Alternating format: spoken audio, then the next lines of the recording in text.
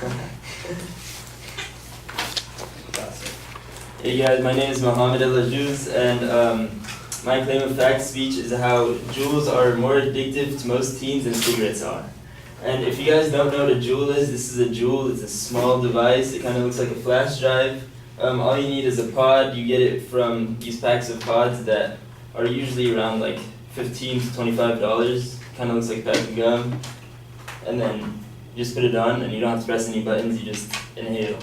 And then to charge it, you just put this in, connect it to your USB thing, and then it starts charging. It takes like half an hour to charge.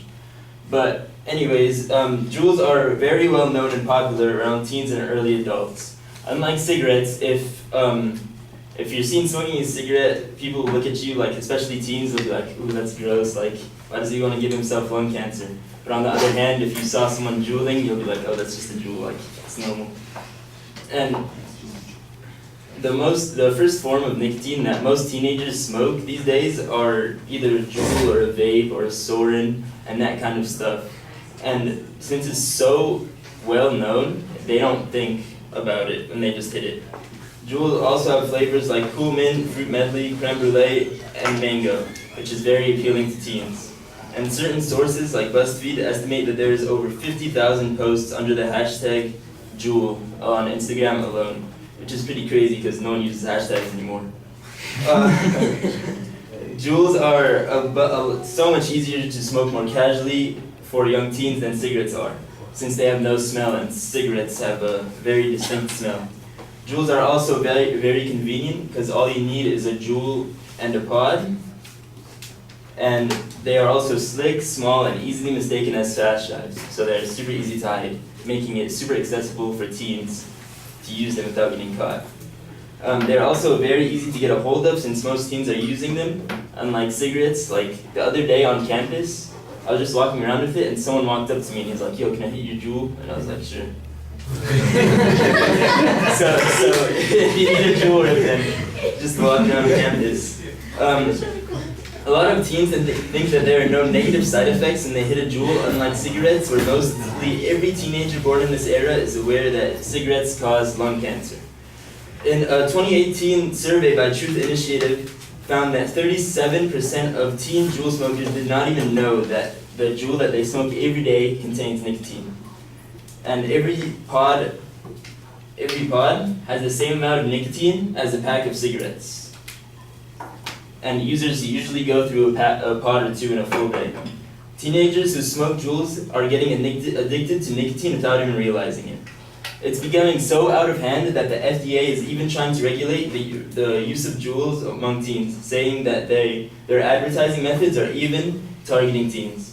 When jewels first came out, or when I started using jewels, they didn't have anything on them. But now, when you go to buy them, they have a warning label saying this product contains nicotine. Nicotine is an addictive chemical. So that's just showing their sign of scaring away teens. When the brand Juul first started, they usually used models aged from 21 to 27. And the former senior manager of Juul stated that they were aware that their ads could appeal to teens. In April 2018, the FDA took the unusual step of demanding that Juul submit documents about marketing and research and what it knows about use among young people.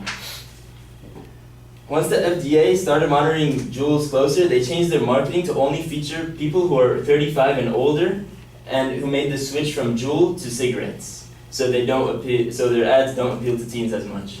And San Francisco voters just approved a proposition to ban the sale of flavored tobacco products, which is all of the Juul pod flavor other than Virginia tobacco.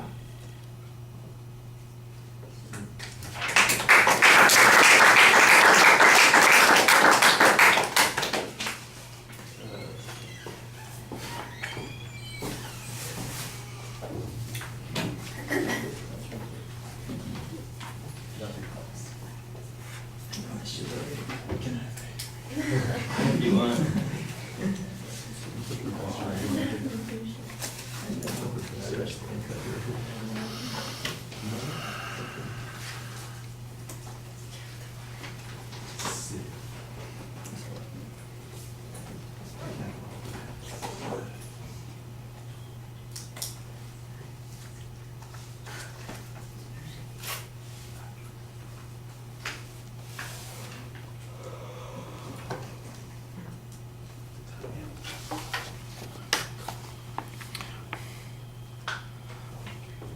Well, we've got the same kind of issue that I had with a couple of the other speeches, because the way you phrase the proposition makes it sound like a informative presentation rather than a claim. You want to make the declarative sentence that jewels are more addictive than cigarettes, or at least as addictive as cigarettes. That would be the declarative statement, not how they are as addictive as cigarettes, because that, like I said, makes it sound like your goal is exposition rather than declaration.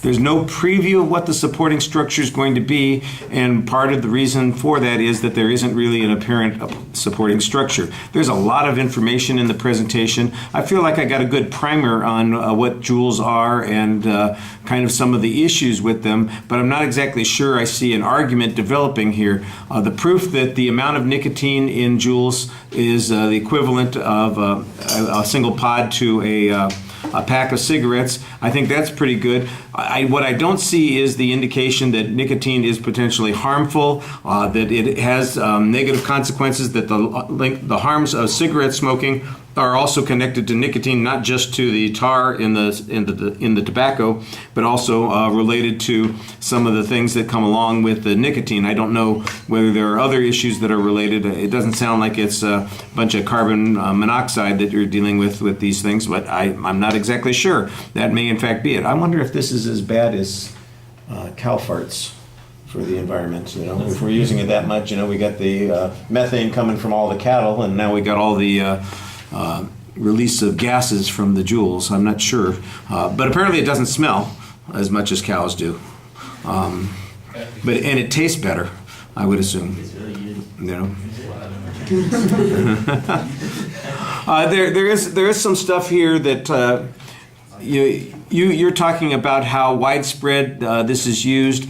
And I'm not doubting you, but I think you need to have some information about the percentage of the population that is using these things. I'm not sure if I should be happy or sad about how friendly people are about sharing their jewels on the campus, but it does suggest that people feel comfortable about them using them. I think that the point that you're making here is that there is no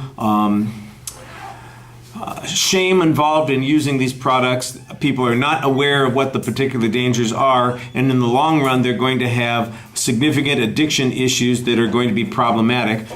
That's kind of what I think the structure of the speech should sound like, and I can get that from what you're saying, but you need to make those as declarative statements in the argument. I'm having to make those inferences from all the evidence that you present. Like I said, there's lots of information in the presentation. There is mostly citation of sources on those particular points, and there's some good detail. You're rushing a little bit. Like I said, I do think that there are some presuppositions here about what the potential harms are, so you want to be careful about that also. All right, thank you.